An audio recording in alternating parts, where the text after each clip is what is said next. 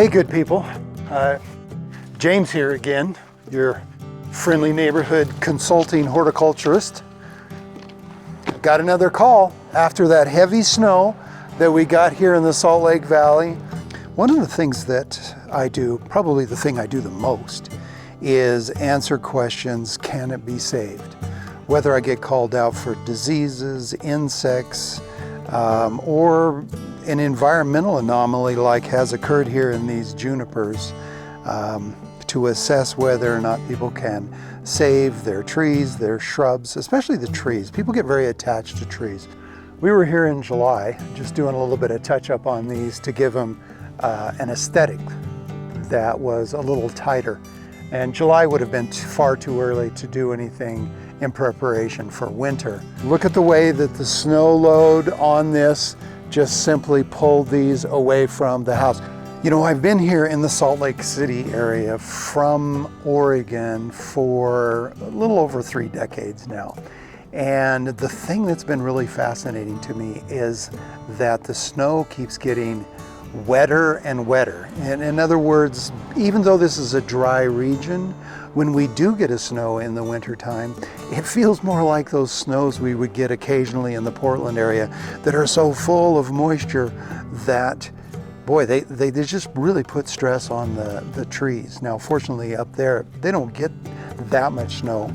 But here when we get snow, we get a lot of snow, and it's been coming in really full of moisture. Not that powdery stuff that everybody likes to ski in, waist deep powder that they're just, you know, cutting and cruising through. It's pretty heavy wet snow that we're getting, which is great for the watershed. All that snow up in the mountains is what we need to recover from the drought that we've been experiencing. But boy, does it wreak havoc on the plants down here in the valley.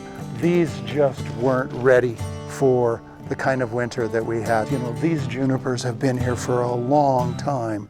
When they were planted, they were probably not as tall as I am. And now you can see that they've matured. They've got a lovely blue hue to them. They look really good up against the house here in sort of softening the monolithic elevation that is in the house. And so they really wanted to be able to save these.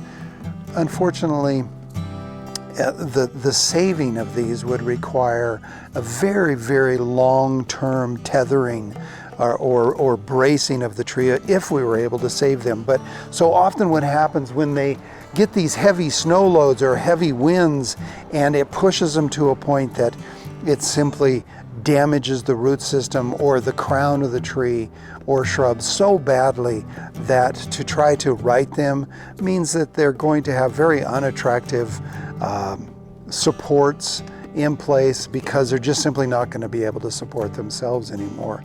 So in this case, my recommendation is that not only do they replace them, but they replace them with something that isn't going to get so much girth and foliage to them, and they can stay nice and compact. Something more like an arborvitae or a yew, a Hicks yew, I think would be a much better choice here.